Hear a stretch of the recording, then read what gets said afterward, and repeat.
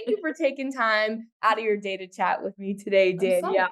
You are so many things: a soul level animal communicator, animal intuitive, and a pet communication teacher. Love all of the above, but could you explain a little bit what that means? Yeah, animal communicator is pet psychic. That's like the quick and easy way. When people are like, "Do you train animals?" No, no, no. It's psychic. It's all psychic. And so I train people to connect psychically with their animals, and I certify people in that. And of course, I give readings at times, but I don't give like private readings anymore because my heart is in teaching. Oh, amazing. That's how I knew you and I were going to get along and why I was extra excited to chat with you because I have a 17-year-old cat named Cordy, who I always say is my soul sister. I've always felt a soul connection to her. And learning more about you, I was like, this is real. This is not just in my head, Danielle. Which is amazing. It is real. I'm curious, where did your passion for animals begin? All the way back. All the way back. When I was born loving animals, but I was also born with this sensitivity intact, except that nobody knew what it was. They just thought I was like a really high maintenance little girl who couldn't handle a lot of stuff. So it took quite a while for me to realize that it was actually an intuitive connection with animals. Wow, it's so eye-opening to hear you speak about that because I've always felt like I had that in me too, Danielle. And until learning about you and speaking with you, I didn't realize this was a thing. So this was meant to be. First and foremost, when we're talking about animals, what do you think it is that our pets want us to know the most? That's such a good question because everybody asks this question. Does my pet know how much I love them? Does my pet know how much? And these are people who are like, can you just ask him if he knows how much I love him? And then I'll go to the dog, and the dog will be like, oh my, yes. She tells me 5 times a day. She tells me before she leaves the house. Like, we so think that we as humans, we often act like we're not good enough for our animals. Like we need to do more and give more and be more and all of that. And yet when I connect with the animals, they're always like, I just want you to be the best person you can be. Oh, that's so sweet and comforting to hear, Danielle. I might get a little emotional if we dive too deep into this topic, but I'm curious in your opinion, what does happen to our beloved animals in the afterlife? Well, first of all, there is an afterlife for them. Thank God. And they love to come back and visit us and send us signs, and they love to watch over us. They love to visit us while we sleep. They and this is going to make me sound more crazy than I already sound saying I'm a pet psychic, but I'm cool with it. I love Our it. animals that have crossed over, they actually want us to continue our relationship with them. They don't want us to think of it as like it's done, they're gone now. They want to us to talk to them. They want us to remember them. They want us to say hello in the morning and just like acknowledge that they are around and acknowledge that we want them around. That's amazing and quite comforting to hear. You touched on this a hair before, Danielle, but could you talk a little bit about the classes and courses you teach to other people and how we can learn to be just like you? Yeah, I teach animal communication classes online through like live webinars as well as pre-recorded ones. I think the live webinar ones are the most fun because I get to be there. And my belief and my experience is that everyone is intuitive with animals. Everyone has intuition. So my classes are really helping people figure out what's there, notice it, and then grow it. So you're not learning a totally new thing. You are learning what already exists within you and kind of discovering it and playing with it.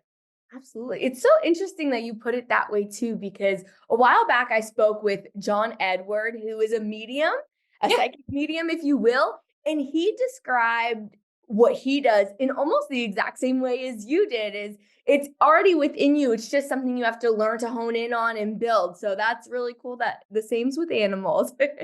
It's what makes me seem like I'm the most amazing animal communication teacher ever. Yeah. Well, we'll But keep riding really, that I'm just train. right. That's Right. awesome. I know that your heart might be in the classes and teaching other people now, but in readings that you've done, Can you talk about what that looks like, what that process is for other people? When I'm reading somebody's animal? Yes. Yeah. So I can do it with a name, a picture, or just like a desire. Like, can you connect with the animal that I saw running across the road? I just need a data point to do it. And I'm not saying it like I'm special. I'm saying it like this is how it works. Right, right. So when you give me that data point, then I'll connect into the animal. And the animals give me words, feelings, thoughts, emotions, pictures, smells, tastes. A lot of animals like to communicate with smells and tastes. It's not awesome Yeah, sometimes. fair enough, fair enough. Right. It's part of the job, Danielle, the Right. day in the Yep. life. Oh, that's amazing. Now, what are people typically asking for or looking for when they ask you to do a reading? A lot of them have a pet that's crossed over and they just want to reconnect with that pet that's crossed over. And that's a thing. You can absolutely reconnect with them. Or they're having a behavior problem, like why is my dog barking at all men or something like that. And it really is helpful to be able to go pretty directly to the animal and say, what's up? Why are you barking at men? And have the dog be able to share that back. Because a lot of people don't have access to that information. Course. Oh, that's just amazing. I was talking about doing this interview a little while ago with a coworker, and she asked me to throw a question at you, Danielle. And I too am curious. She wants to know, do animals know when you're kissing them or when they're kissing you? And if not, what do they think is happening? This is so not the question I thought you were gonna throw at me. I love it, keeping you on your toes. Right. Yes, they do know when you're kissing them. They do know it's a kiss. So animals interact with us intuitively. So Yep. it's not just the act of the lips kissing. It's also the feeling that we have, like, oh, I love you. Like they feel those emotions in us. So they get it at all levels. It's not just about the kiss, the physical kiss. Oh, well, that's great to hear because I kiss my cat more than I'm proud to admit, Danielle. You know, hey, she's my soul sister. What can I say? Do you have anything coming up in 2024 that you're really excited about?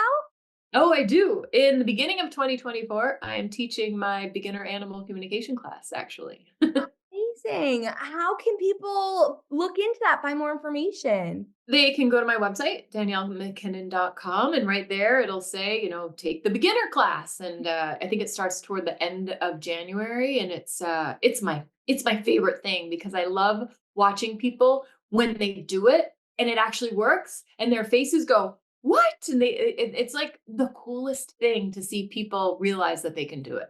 Yes. Oh, I definitely have to check that out then too.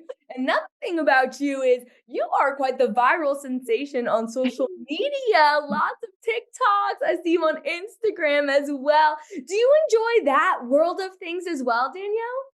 I really like filming TikToks and Instagrams and reels and all of that when I'm not growing out a bad haircut.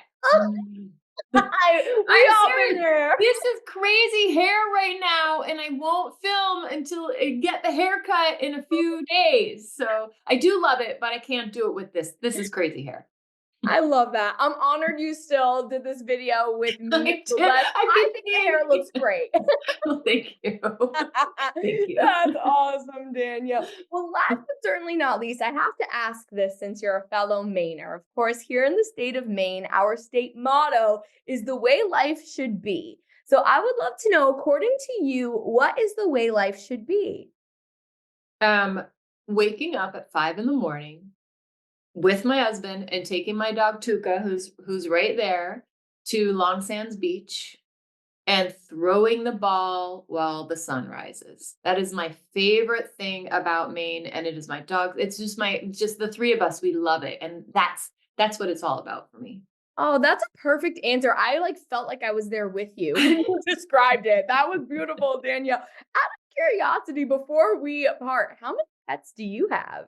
Just Just Tuka. one living one, but it's because she will not accept any others. So, Hey, it's she knows probably what good she wants. protection because Yeah. otherwise I would have very many, many dogs in this house because we have all this land in Maine. So, Amazing. Well, it's for the best for her. She's living her best life in her castle, and I love that. Thank you so much again, Danielle. It's great to meet you and chat with you. And I'm gonna look into those classes. I don't think this will be the last time our paths cross. Exciting, Haley. Thank you. Awesome. Thank you, Danielle. Take care.